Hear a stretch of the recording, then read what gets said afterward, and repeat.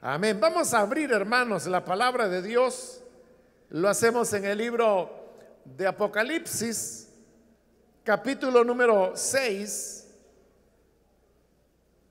donde vamos a leer los versículos que corresponden a la continuación de este estudio que venimos realizando desde hace ya algún tiempo.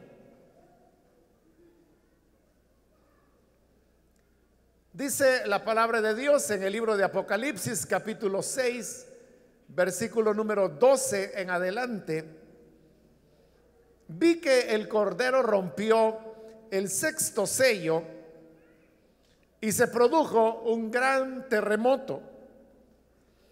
El sol se oscureció como si se hubiera vestido de luto.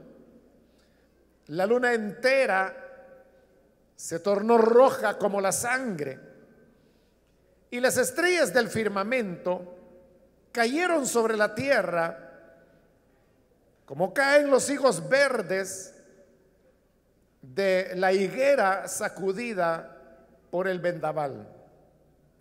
El firmamento desapareció como cuando se enrolla un pergamino, y todas las montañas y las islas fueron removidas de su lugar. Los reyes de la tierra, los magnates, los jefes militares, los ricos, los poderosos y todos los demás, esclavos y libres, se escondieron en las cuevas y entre las peñas de las montañas. Todos gritaban a las montañas y a las peñas: caigan sobre nosotros y escóndannos de la mirada del que está sentado en el trono y de la ira del Cordero. Porque ha llegado el gran día del castigo. ¿Quién podrá mantenerse en pie? Amén. Hasta ahí dejamos la lectura. Pueden tomar sus asientos, por favor, hermanos.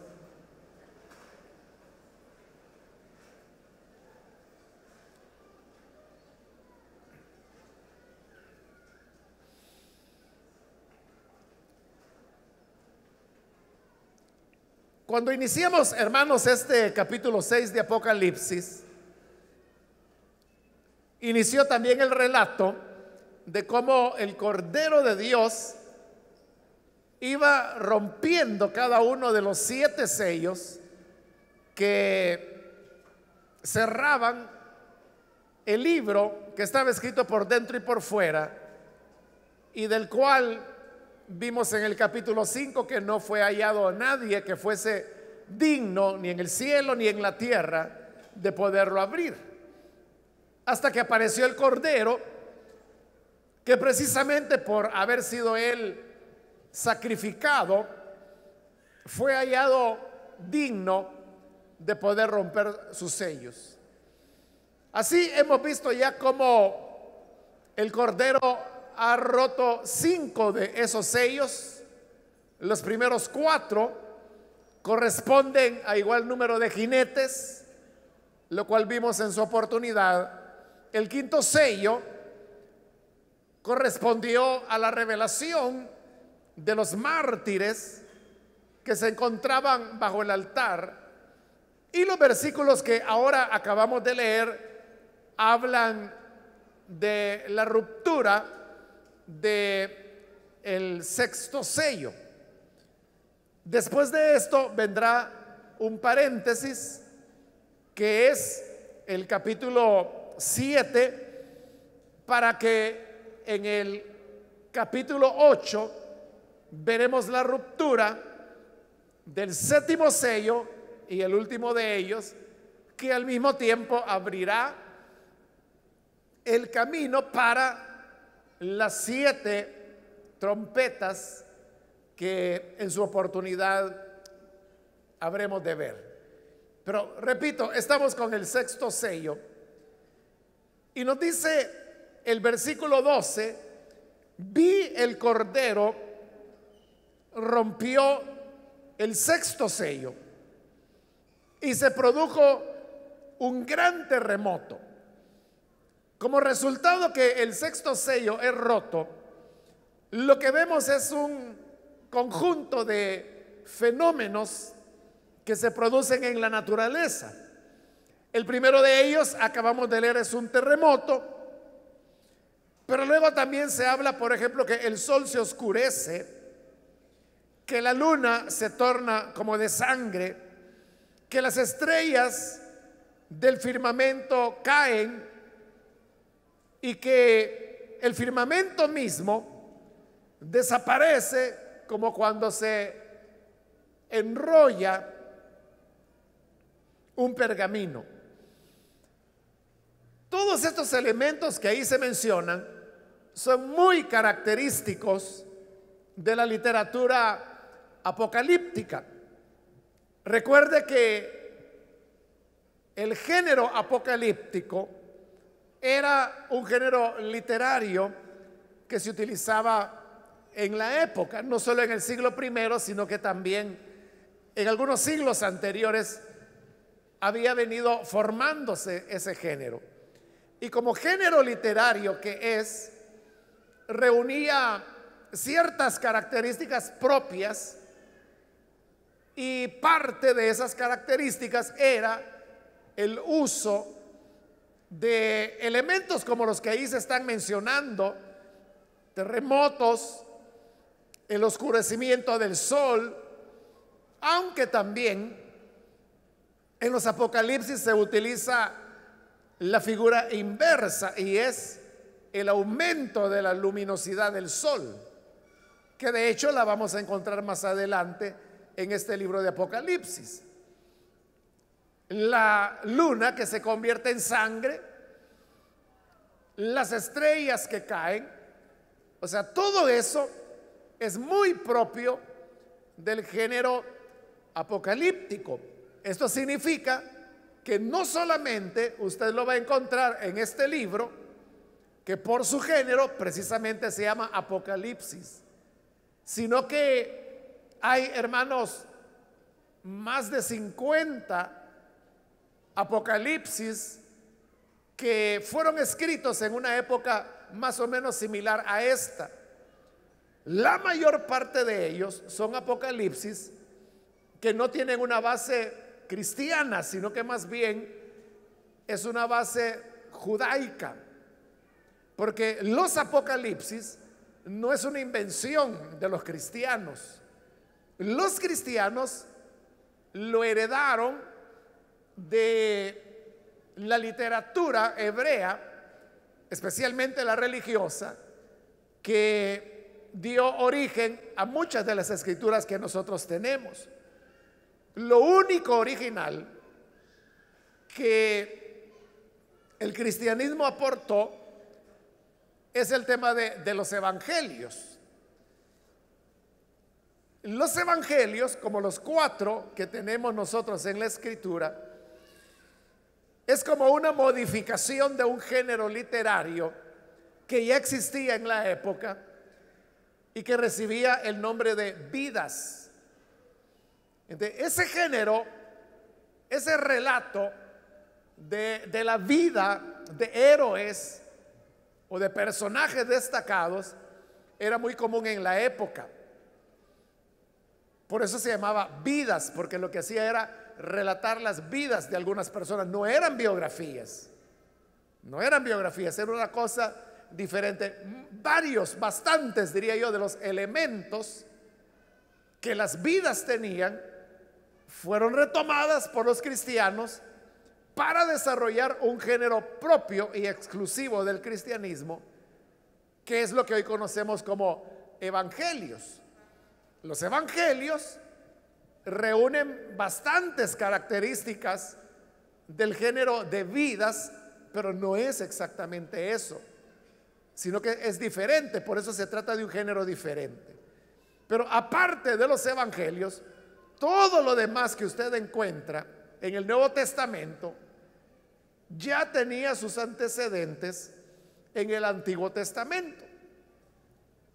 No tenemos Apocalipsis en el Antiguo Testamento porque el género apocalíptico se desarrolló en el período que nosotros conocemos como intertestamentario. Es decir, más o menos esos 400 años que van entre Malaquías, que fue el último de los libros del Antiguo Testamento en ser redactado, y los libros del Nuevo Testamento, que Primera de Tesalonicenses fue el primero de los libros escritos y que hoy forman el Nuevo Testamento. Entonces, en esos 400 años, precisamente por las condiciones históricas que Israel vivió en ese periodo, es que se desarrolló el género apocalíptico. Por eso es que no tenemos ningún apocalipsis en el Antiguo Testamento, porque fueron elaborados después que el canon del Antiguo Testamento había sido ya completado. Sin embargo, lo que sí tenemos en el Antiguo Testamento son antecedentes de lo que llegaría a ser el género apocalíptico. Y vea que todas las cosas que se mencionan en estos versículos 12 al 14, los terremotos, el sol que se oscurece, la luna que se torna en sangre, las estrellas que caen, el firmamento que se enrolla como pergamino, todo eso aparece ya en el Antiguo Testamento. En Isaías, en Ezequiel, en Zacarías, en el profeta Joel, en la profecía de Joel, la misma profecía donde se anuncia el derramamiento del Espíritu Santo, también se habla que la luna se convertirá en sangre. Entonces es simplemente, por citar a un elemento del Antiguo Testamento, que habla de esa figura que se produce en la luna. Pero no es la única vez que aparece, aparece muchas veces. Ahora, significa entonces que si todos estos elementos y fenómenos están hablando en un libro que es apocalíptico, entonces más que atenernos a la literalidad de los hechos, lo que importa es poder descubrir el significado que ellos tienen. Al romperse el sexto sello, lo primero que ocurre es que dice que se produjo un gran terremoto. Ahora, los terremotos en la Sagrada Escritura siempre se presentaban como manifestaciones de la presencia de Dios o de la obra que Dios hacía o estaba por hacer. Usted puede encontrar muchos pasajes del Antiguo Testamento y aún del Nuevo donde los terremotos tienen ese sentido. Comenzando por el monte Sinaí, que es donde Dios desciende. Y cuando Dios desciende sobre el monte Horeb o Sinaí, esa es una de las características, que hay un temblor de tierra, pero lo hay porque la presencia de Dios está manifestándose ahí. Si queremos tomar un pasaje del Nuevo Testamento, porque son muchos en el Antiguo Testamento que habla de terremotos, pero todos ellos le van a indicar siempre o a la presencia de Dios o a que Dios está haciendo una obra. Pero digo, pasando al Nuevo Testamento, en el Evangelio de Mateo usted puede encontrar que cuando se relata la muerte del Señor Jesús en la cruz, dice que hubo un terremoto. Y cuando Jesús resucita, Mateo también menciona que hubo otro terremoto. Entonces vea, otra vez, y ahí estamos ya en el Nuevo Testamento, el tema del terremoto se está utilizando como un elemento que acompaña a la obra que Dios hará o que está haciendo. o su presencia. Entonces, cuando el sexto sello se rompe, hay un gran terremoto. Entonces, ¿qué significa eso?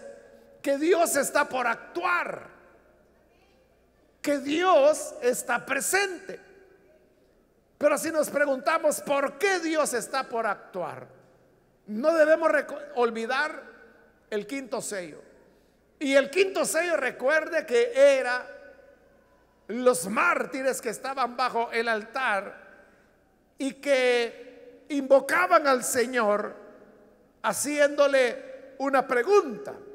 Y la pregunta era: ¿hasta cuándo, soberano Señor, santo y veraz, seguirás sin juzgar a los habitantes de la tierra y sin vengar nuestra muerte? Están pidiendo justicia las almas de los mártires. En respuesta a esa solicitud de justicia es que ahora, con el sexto sello, hay un gran terremoto, lo cual significa que Dios está por actuar, que Dios está por intervenir, que Dios está presente. Pero luego continúa el pasaje y nos dice que también el sol se oscureció como si se hubiera vestido de luto. En las escrituras del Antiguo Testamento existen bastantes pasajes donde se compara a Dios con el sol. Es decir, el sol y su luz son una expresión de la presencia de Dios. De eso hay muchos pasajes. Por citar uno muy conocido, en Malaquías, dice que nacerá el sol de justicia y traerá en sus alas salvación. Ahí está hablando de la venida del día del Señor, y que cuando Él venga, dice que será como el sol de justicia que alumbrará y traerá sobre sus alas salvación. Malaquías es quien dice que los justos saltarán como becerros de la manada, y saltarán de alegría precisamente porque ese sol de justicia es la manifestación de Dios que viene en justicia. Entonces, cuando el sol se oscurecía, y eso podía ocurrir, por ejemplo, en un eclipse, pero también podía ocurrir de manera sobrenatural, como ocurrió en Egipto, cuando durante 7 días no alumbró la luz del sol. Hubo tinieblas sobre Egipto. Y dice el libro de Éxodo que eran tan densas esas tinieblas que las personas no podían ni siquiera verse la mano, porque había oscuridad total. Entonces, el oscurecimiento del sol lo que expresa es un alejamiento de Dios o un juicio de Dios. Entonces, el sol que acá se oscurece está expresando en esa clave apocalíptica que Dios viene en juicio, porque los mártires están pidiendo que se haga justicia sobre la muerte de cada uno de ellos. Por eso es que se nos dice que el sol se oscureció como si se hubiese vestido de luto. Y luego dice: la luna entera se tornó roja como la sangre. Esa luna que se torna roja como la sangre no tiene, hermanos, nada que ver con el fenómeno que es más meteorológico que astrológico, y es cuando de vez en cuando la luna adquiere ese carácter rojizo que normalmente sale en las noticias. Eso es un fenómeno, hermano, que ocurre con bastante frecuencia. Se produce por la refracción de la luz. Usted sabe que la luna no tiene luz propia, sino que solo tiene luz reflejada, la luz que refleja del sol. Pero cuando la luna se encuentra a cierta distancia de nuestro planeta, y sobre todo cuando la luna va naciendo y es luna llena, entonces es cuando esa luz que se refleja del sol y rebota en la luna y luego viene hacia la Tierra, pasa a través de la atmósfera, y cuando pasa por la atmósfera se produce un fenómeno de refracción de la luz. Cuando la luz se refracta, puede tomar diversos colores, pero de acuerdo al ángulo que esa refracción tiene lugar, hace que adquiera un tono rojizo. Eso, hermanos, exactamente es lo que ocurre en todos los amaneceres y en todos los atardeceres. No con la luna, sino que con el sol. Cuando el sol se está poniendo, se está ocultando, ¿de qué color es el cielo? Es un color cuyos tonos son rojizos, un poco café, podría decir uno, un poco anaranjado, ¿no? A veces tendiendo un poco al amarillo. Y eso es todo en todos los atardeceres y en todos los amaneceres también. ¿Por qué se produce? Se produce porque el sol está en el horizonte y por lo tanto los rayos del sol tienen que atravesar más distancia en la atmósfera. Eso es lo que produce la refracción y eso es lo que produce el color rojizo. La diferencia con la luna es que la luz del sol es demasiado intensa y por eso no logramos ver el color rojizo en el sol, porque tiene luz muy intensa. Pero como la luna no tiene luz propia, sino que es reflejada, por eso es que la vemos roja.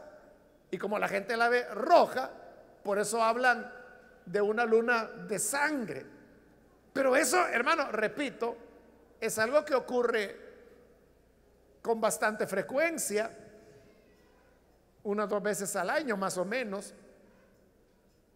La luna roja que hubo este año, que fue especialmente grande, no es porque fuera un fenómeno único y mucho menos porque fuera apocalíptico, sino que fue así porque la distancia de la luna con respecto a la Tierra era más corta.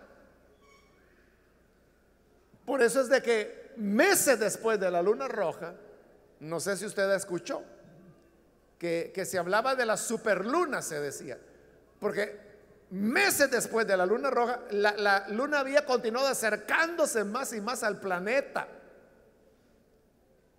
Y eso hacía que la luna se viese mucho más grande, por eso se le llamó superluna. Por eso es que la luna roja de algunos meses anterior era la más grande, porque la luna, venía acercándose a la Tierra. Hoy la luna ya va de retirada otra vez, pero volverá a acercarse en el año 2030, será la próxima oportunidad, donde volverá a haber una superluna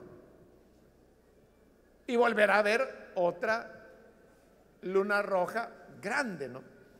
Grande, pero normales continuarán habiendo aproximadamente 2-3 veces por año. Todo depende de la posición de la luna con respecto a la Tierra. Entonces, no hay que confundir eso, son cosas distintas, ¿no? El fenómeno que se da naturalmente, y es natural porque tiene una explicación. No tenemos que verlo, hermanos, como un fenómeno milagroso o que la gente anda preguntando, mire, ¿y será cierto que esa es una señal? Cuando la tal luna roja, varias personas me preguntaron a mí, mire, ¿y eso tiene algo que ver con la Biblia? No, les decía yo, que no tiene nada que ver. O sea, es un fenómeno totalmente natural. ¿Y qué pasó con la luna roja? Nada. ¿Y qué iba a pasar? Claro, aquellos que son un poquito inventores andaban diciendo que ya viene el anticristo y que esto y que lo otro, y que los judíos decían no sé qué de la luna roja. Total de que todo es un misterio, ¿verdad? Y todo es meterle miedo a la gente.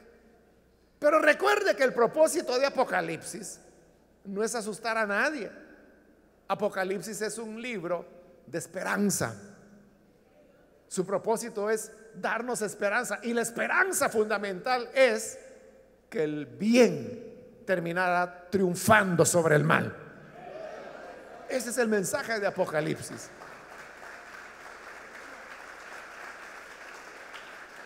Esta luna, que dice que se volvió roja como la sangre, no está hablando del fenómeno natural que he explicado, sino que está hablando de un simbolismo propio de la literatura apocalíptica, pero de lo que habla es del juicio de Dios. Habla de la venganza de Dios que viene en camino. ¿Y venganza por qué? Porque a sus fieles testigos los han matado, los han martirizado. Versículo 13: las estrellas del firmamento cayeron sobre la tierra como caen los higos verdes de la higuera sacudidos por el vendaval. Nuevamente, ahí lo que tenemos es otro recurso de la literatura apocalíptica: las estrellas cayendo sobre la tierra. Eso no puede ser literal. Las estrellas no pueden caer sobre la tierra, porque ese sería el final del planeta. O sea, nadie podría ver eso. Las estrellas son mucho más grandes que el planeta Tierra. Si no, véalo con la estrella que tenemos más cercana a nosotros, el Sol.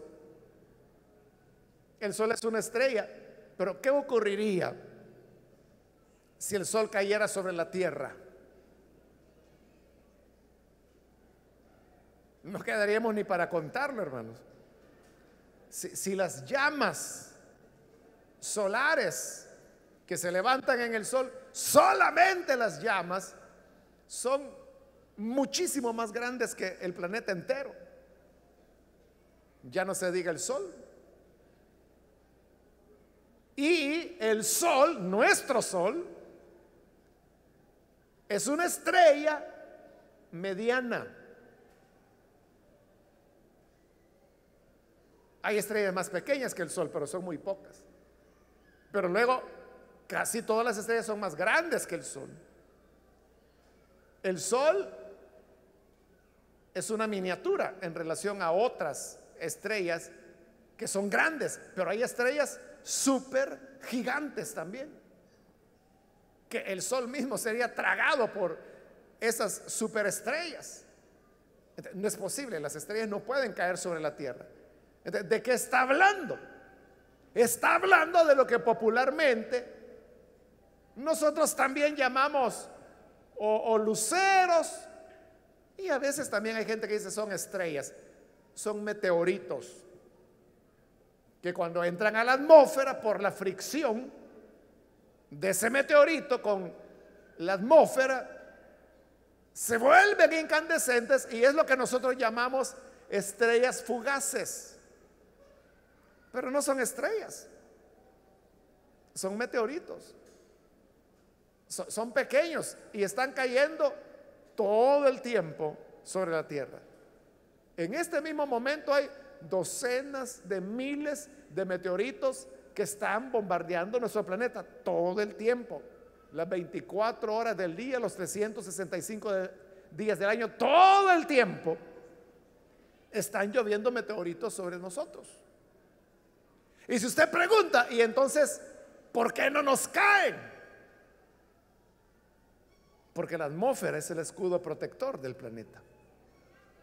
Se queman antes de entrar en la atmósfera. Solamente los que son muy grandes logran alcanzar la superficie terrestre.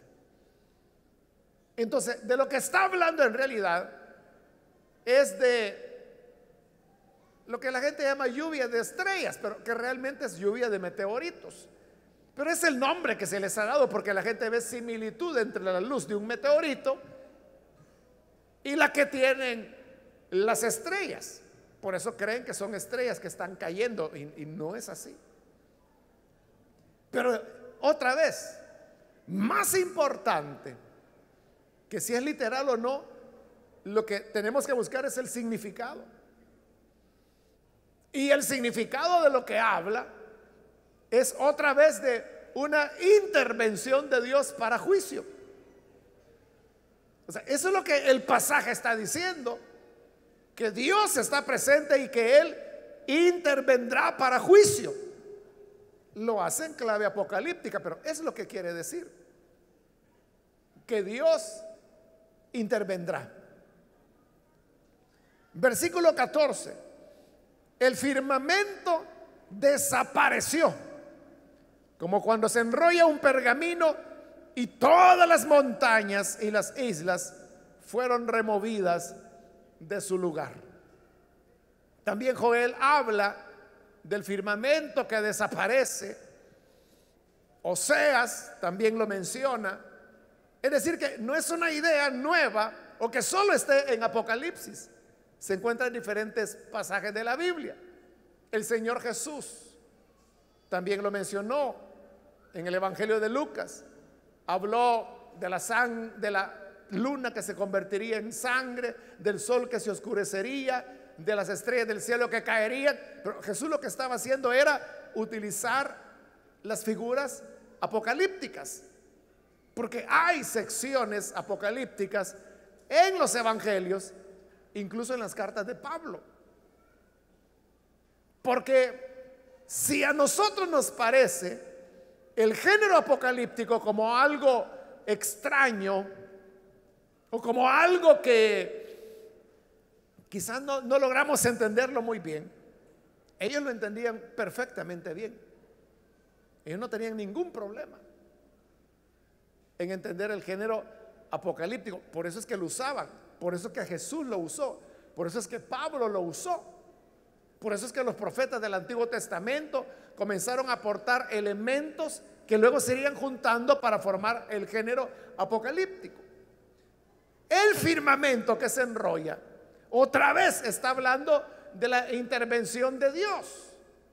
En los salmos hay expresiones de carácter que hoy podríamos llamar apocalípticas. En ese momento no lo era porque no estaba el género, estaba incipiente. Eran las semillitas las que estaban aportándose en el momento. Pero hay pasajes en los salmos que también tienen ese sabor que hoy podríamos llamar apocalíptico. Entonces, el firmamento que se enrolla es, hermanos, la intervención de Dios, que Dios va a actuar. Entonces, el sexto sello de lo que está hablando es que la gloria del Señor se manifestará y que Él viene en juicio, que Él viene para vengar la sangre de sus siervos que fueron martirizados. Pero ¿de quién la venga? El problema no es el sol, el problema no es la luna, el problema no son las estrellas ni el firmamento, el problema son los que le dieron muerte a los mártires, a los testigos del Señor. Y por eso es que se les menciona por nombre. En el versículo 15 dice los reyes de la tierra. Habla de aquellos que tienen poder. Pero como bien lo dijo el Señor en el Evangelio de Lucas, que los grandes de las naciones se enseñorean de ellas, se sirven de ellas. Entonces, los reyes de la tierra son poderosos, pero el poder lo utilizan para el pecado, para dar muerte a los testigos del Señor. Y por eso la lista de aquellos a quienes el Señor, sobre quienes Él ejecutará venganza, comienza por los reyes de la tierra. Entre esos reyes estaba el emperador romano, sin duda alguna. Porque recuerde que el libro de Apocalipsis fue escrito para darle esperanza a una iglesia que era perseguida. Se recuerda el capítulo 1 de Apocalipsis cuando comenzamos el estudio. En el capítulo 1, Juan de Patmos escribe y se presenta a sí mismo. Dice: Juan, compañero de ustedes en la tribulación. Pero oiga eso: compañero en la tribulación, en los sufrimientos por causa del evangelio. Él no está diciendo compañero de ustedes en el gozo, compañero de ustedes en la celebración. No, él está hablando de compañeros en el sufrimiento.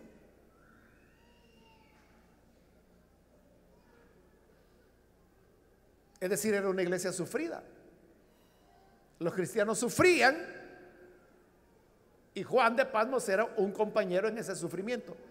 Entonces, Apocalipsis es un mensaje para una iglesia sufriente.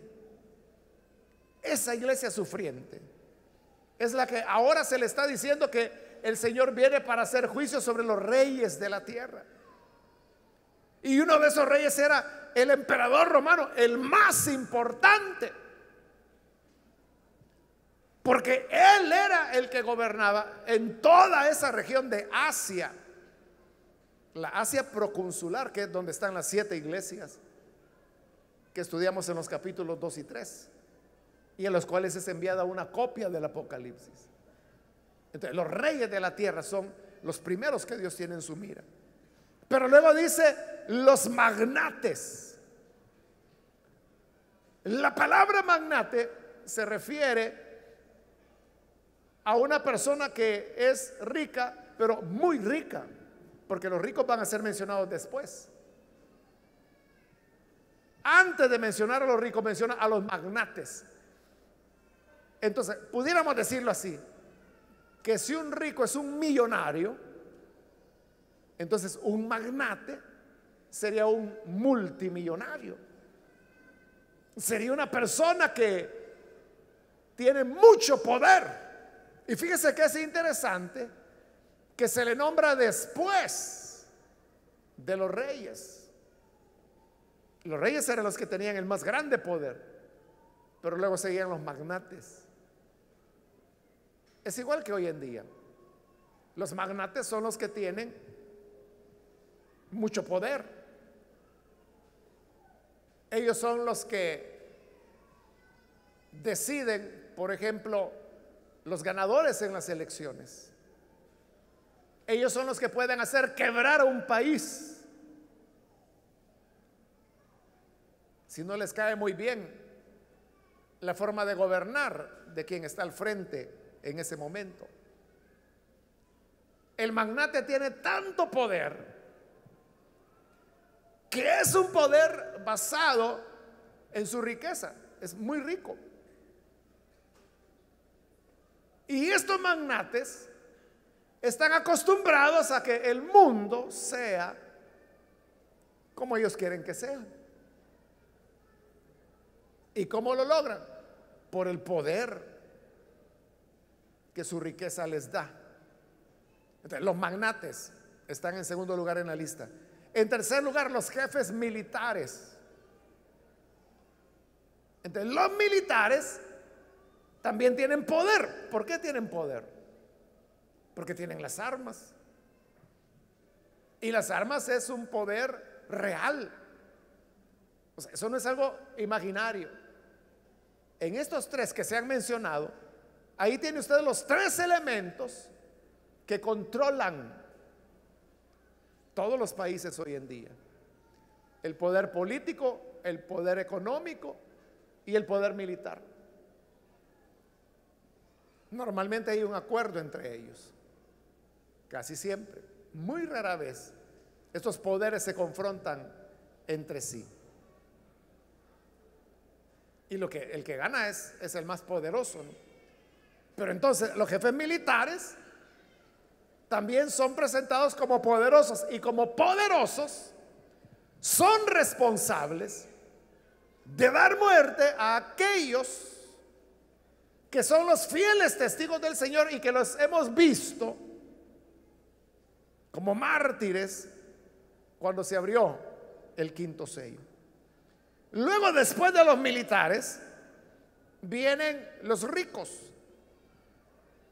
El rico es rico, no tan rico como el magnate, pero sí tiene riqueza. Entonces, el rico es aquella persona que también tiene poder, no tanto como los reyes, no tanto como los magnates, no tanto como los jefes militares, pero sí tiene poder porque es rico. La Biblia habla mucho de los ricos. A ellos fue a quienes Jesús se refirió cuando dijo que era más fácil pasar un camello a través del ojo de una aguja que un rico entrar en el reino de los cielos.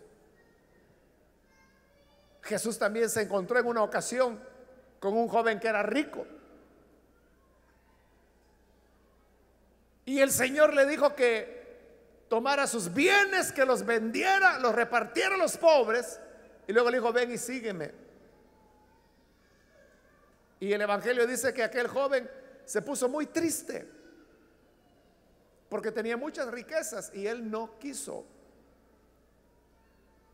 vender sus propiedades para darla a los pobres como Jesús le pedía que lo hiciera. Luego de los ricos menciona los poderosos, que obviamente no son los que tienen poder, como los reyes, como los magnates, como los militares, pero que tienen un poder. Son personas, como nosotros decimos, que tienen influencia, que saben hacer valer su palabra. Son las personas que pueden influir en las decisiones que otros toman. Y por lo mismo, precisamente por eso, porque ellos influyen en las decisiones que otros toman, es que los fieles testigos del Señor muchas veces terminan muertos. Un ejemplo de eso es el mismo Señor Jesús. ¿Qué hizo Anás? ¿Qué hizo Caifás? ¿Qué hicieron los sumos sacerdotes? Ellos eran poderosos, pero no tenían tanto poder como lo tenía Pilato, por ejemplo. Entonces, ¿qué hicieron? Influir en Pilato. Influyeron en él, lo presionaron, diciendo: si a este dejas libre, no eres amigo del César. Porque como ellos tenían poder, podían accesar al emperador y poner queja del gobernador, que era Poncio Pilato. Entonces, ante eso, aunque Pilato tenía la convicción, él sabía muy bien que Jesús era inocente y que lo habían entregado por envidia. Aún sabiendo eso, lo entrega para ser crucificado. ¿Y por qué lo hace? Porque los sacerdotes eran poderosos. Entonces, todas estas personas, usted puede ver que utilizan su influencia, su poder, su riqueza, su poderío militar, su posición política, pero es con un fin. Y el fin es el de terminar y dar muerte a los testigos del Señor. Y por eso es que se convierten en mártires. Pero continúa diciendo el versículo 15: y todos los demás Cuando habla de todos los demás, ¿a quiénes se refiere? Dice esclavos y libres. Porque uno no puede decir que solamente los poderosos o los que tienen influencia son los que dan muerte a los testigos del Señor. Muchas veces lo hace gente común y sencilla, como los esclavos, por ejemplo, que en escala social eran los que estaban en la parte más baja. Pero la pobreza en sí misma no es una garantía de salvación, ni es una garantía de gracia con Dios. ¿Y quién fue la multitud que frente a Pilato gritó: crucifícale, crucifícale? No eran los poderosos, eran la gente común, los esclavos, los libres, era el populacho.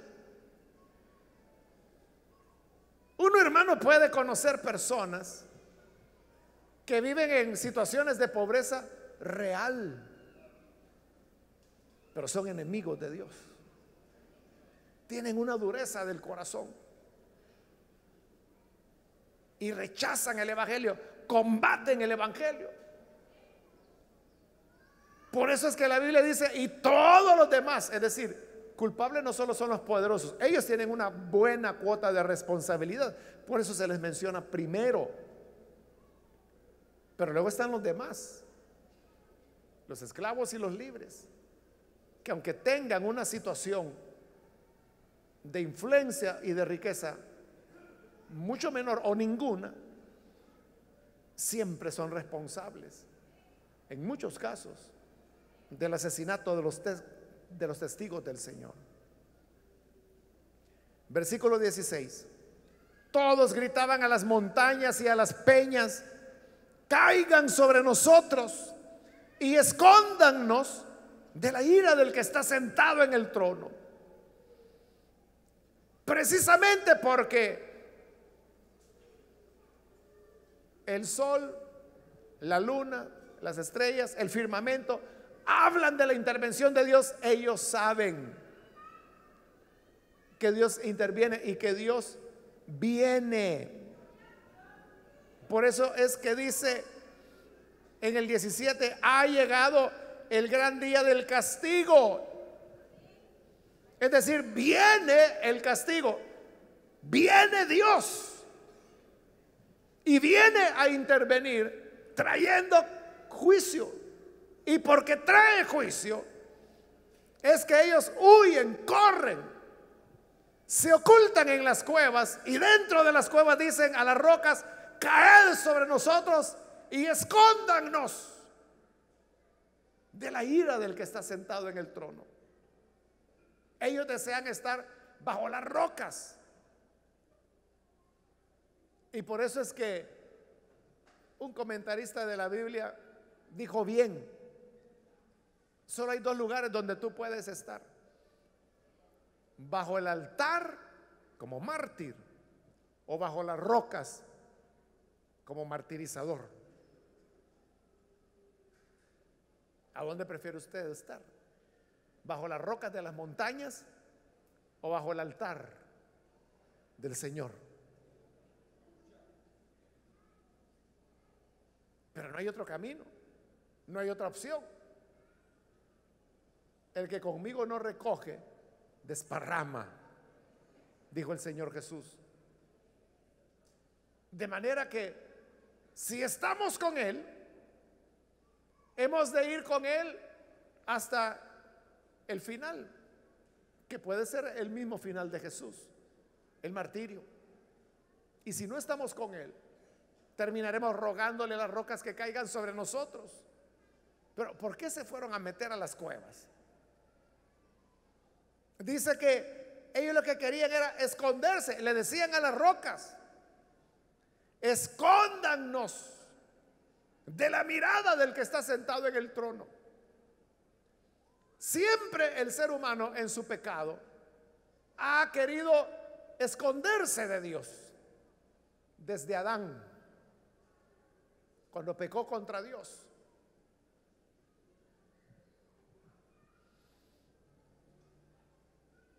Se fue a esconder, según él esconderse de Dios. Y Dios llegó y le dijo: Adán, ¿dónde estás? Y él estaba escondido, pero Dios lo sabía. ¿Por qué te escondes? Y él dijo: es que me di cuenta que estaba desnudo y me dio vergüenza. Y Dios le dijo: ¿quién te enseñó que estabas desnudo? Y le echa la culpa a la mujer. La mujer a la serpiente. Y la serpiente ya no hay a quien echarle la culpa. Desde ahí el ser humano siempre ha querido esconderse de Dios. Y aquí están buscando esconderse de Dios. Por eso le piden a las rocas que caigan sobre ellos. Para ellos es mejor morir aplastados por las rocas que tener que enfrentarse con la mirada del que está sentado en el trono. Escóndanos de la mirada del que está sentado en el trono. ¿Y por qué le temen a la mirada de Dios? Porque la mirada de Dios es una mirada que escudriña, que no se detiene en las apariencias. El Señor le dijo a Samuel, el hombre le dijo: solamente ve las apariencias, pero yo veo el corazón. Usted puede estar acá bien bañadito, bien peinadito, pero Dios conoce su corazón. Y Él sabe lo que hay en su corazón. Si hay fornicación, si hay adulterio, si hay robo, si hay envidia, toda esa maldad, la mirada de Dios la conoce, la sabe. Y porque la sabe, es que el hombre le teme y quiere esconderse. Pero ¿cómo se esconderá? La Escritura dice: si fueres a los cielos, de ahí te voy a derribar. Si vas a lo profundo del mar, de ahí te voy a sacar. Donde quiera que vayamos, los ojos de Dios siempre nos van a alcanzar. La Escritura dice que los ojos del Señor contemplan la tierra, viendo al bueno y viendo al malo. Los ojos del Señor saben lo que hace el malo, lo que hace a oculto. Por eso Él dijo: lo que se habla en secreto en las habitaciones se va a gritar desde las azoteas. Todo lo que se hace en oculto saldrá a luz. Pero la mirada del Señor también está puesta sobre los que hacen lo correcto, sobre los que son limpios, sobre los que son puros, sobre los que son íntegros. Amén. Todo depende. Todo depende. ¿Cuál es nuestro actuar? El Señor lo dijo: el que hace obras malas no viene a la luz, porque si sale a la luz sabe que la luz revelará que sus obras son malas y que está en pecado. Pero el que anda en luz, ese no teme salir a la luz.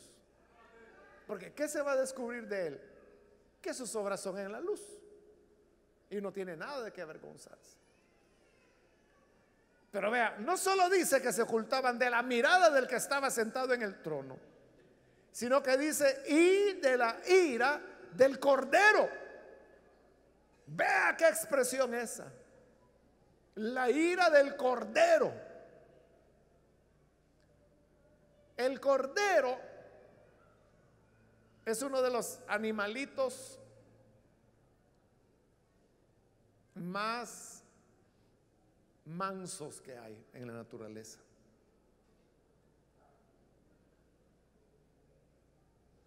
No ataca.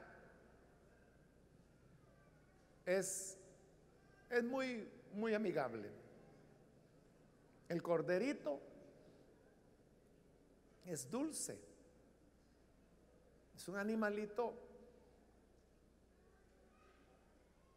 inofensivo. Igual que Jesús. Jesús era alguien que no hacía mal a nadie. Él mismo preguntó en una ocasión a sus enemigos: ¿quién me acusa de pecado?, les dijo. A sus enemigos. y ni sus enemigos pudieron señalarle un solo pecado. Entonces tenemos la idea de Jesús como Cordero de Dios, un Jesús dulce, compasivo, bondadoso, tierno, comprensivo. Y Jesús es todo eso, pero también tiene ira. Por eso cuando habla de la ira del Cordero, es que usted un cordero nunca lo va a ver enojado. No es esa la naturaleza del Cordero. Pero este Cordero de Dios tiene ira, tanta ira, que ellos decían: preferimos que nos caiga encima la montaña y que las rocas nos hundan, que tener que enfrentar la ira del Cordero. ¿De cómo es que si es Cordero tiene ira? Es porque Él es bondadoso, es cierto, pero también, como lo dice la Escritura, es fuego consumidor. Entonces, no hay que atenerse, porque hay gente que dice: no, yo voy a hacer lo que quiero y yo después le pido perdón a Dios y Él me va a perdonar. Aténgase, juegue con Dios a ver si es cierto.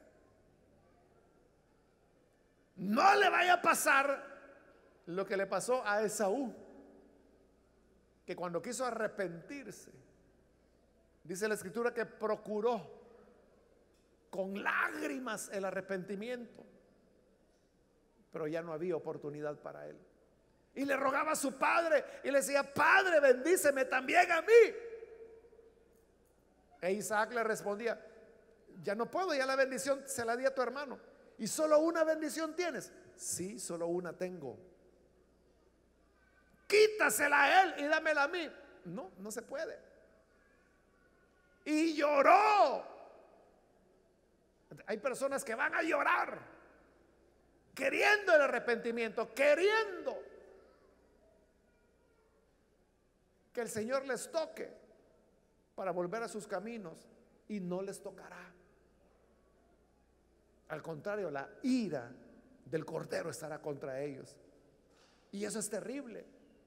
Hermanos, si teniendo a Dios de nuestro lado, teniendo al Cordero como nuestro amigo, tenemos que pasar muchas tribulaciones, como lo dice la Escritura, ¿qué no será de nosotros si lo tuviésemos como enemigo?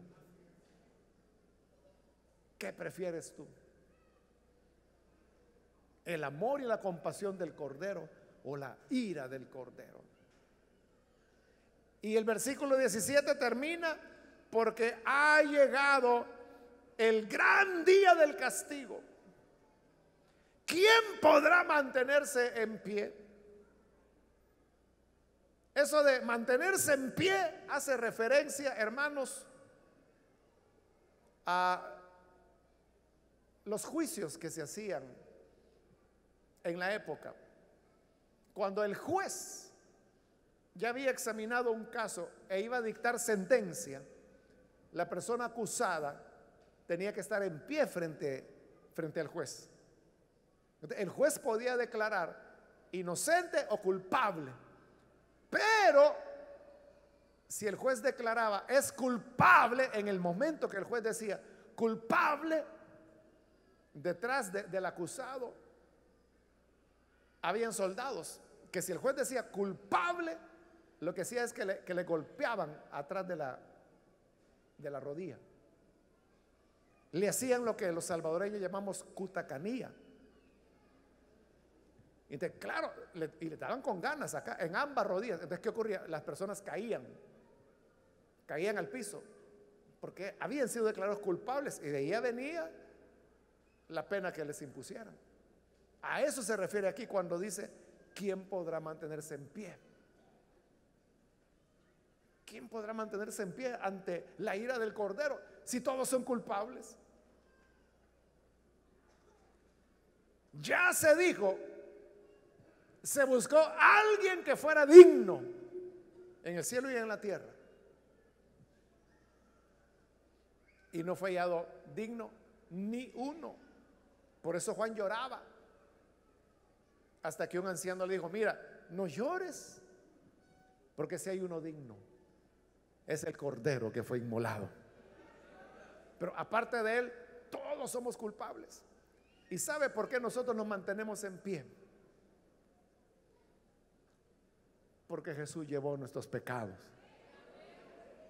Y por él, aunque merecíamos la muerte, hemos sido declarados justos.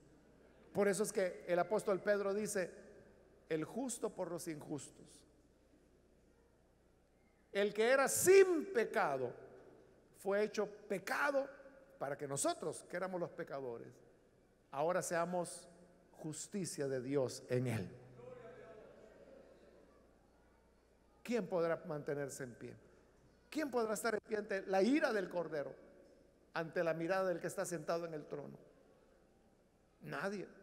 Todos serán golpeados en sus rodillas, todos tendrán que caer postrados para recibir la pena que merecen. Y más adelante en este libro de Apocalipsis veremos cuál es esa pena que van a recibir. Pero hoy todavía estamos a tiempo. Cristo está aquí y Él tiene perdón para todo aquel que quiera creer. No espere la ira del Cordero, reciba la misericordia del Cordero, que hoy, este día, está disponible. Vamos a orar, vamos a cerrar nuestros ojos.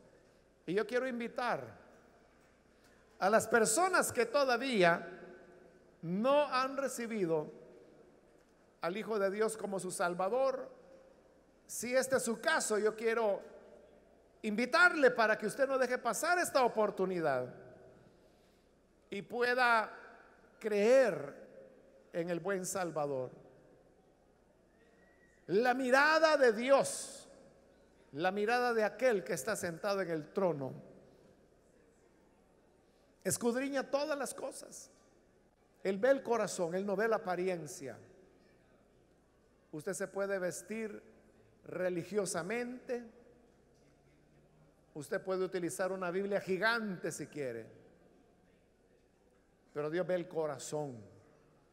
Por eso yo quiero hoy invitar: ¿hay alguna persona, amigo o amiga, que por primera vez necesita venir para recibir al buen Salvador? En el lugar donde está, póngase en pie, por favor. Yo le invito para que no deje pasar esta oportunidad. Crea en el Hijo de Dios. Póngase en pie. Hoy la gracia del Señor le llama, le invita para que pueda venir. No desaproveche esta oportunidad. Hoy es cuando el Señor le está llamando. Recuerde que es mejor estar bajo el altar como mártir por ser un testigo fiel, y no bajo las rocas por haber sido un martirizador. No hay otro lugar más. Crea en Jesús para que así la gracia del Señor le pueda alcanzar. Si hay alguna persona, póngase en pie. Ahí en el lugar donde usted se encuentra, póngase en pie si necesita venir para creer en el buen Salvador. Y vamos a orar por usted. ¿Hay algún amigo, amiga? Pase. Si usted se encuentra en la parte de arriba, también puede ponerse en pie para que nosotros podamos orar por usted. ¿Hay alguna persona que necesita hacerlo? Venga, que la gracia del Señor le está esperando. ¿Hay alguna persona? Quiero invitar también, si hay hermanos, hermanas que se han alejado del Señor, hoy es un buen momento para reconciliarse con Él. Hizo mal, se apartó del Señor. Hoy puede volver a Él, puede reconciliarse. Póngase en pie. Venga, queremos orar por usted. Cualquier persona, cualquier hermano o hermana que necesita reconciliarse con el Señor, yo le invito para que no desaproveche la oportunidad. El día del castigo ha llegado, dijeron los reyes, los magnates, los militares. Y ciertamente ese día llegará. Pero hoy es día de salvación. Muy bien, aquí hay un hombre, Dios lo bendiga, bienvenido. Alguien más que necesita pasar, póngase en pie, acérquese. Que la gracia del Señor está abierta para usted. Si hay alguien más que necesita venir, le invito para que no desaproveche la oportunidad. Acérquese. Si hay alguien más, le invito para que no desaproveche la oportunidad. Voy a finalizar, pero si hay alguna otra persona que necesita venir al Señor por primera vez o reconciliarse, póngase en pie y venga. Es ya la última invitación la que he hecho. Para usted que nos ve por televisión, también le invito para que se una con estas personas que están aquí al frente. Ahí en su hogar reciba al Hijo de Dios, reciba al Cordero de Gloria que quita el pecado del mundo. Ore con nosotros. Señor, te damos gracias porque tú eres bueno. Te pedimos por esta persona que está aquí, por aquellos que a través de televisión, radio, a través de internet están escuchando esta palabra. Y tú, Señor, que eres hacedor de maravillas y que perdonas el pecado, te pedimos que manifiestes tu bondad, manifiesta tu gracia, salvando, perdonando, dando vida. Gracias, Señor, porque tú eres grande en poder, grande en misericordia. Eres nuestra ayuda, eres nuestro Salvador. Permítenos vivir en temor y temblor, que nunca nos apartemos ni a la izquierda ni a la derecha, sino que vivamos agradecidos siguiendo tus huellas, hoy y siempre. Por Jesús nuestro Señor lo pedimos. Amén.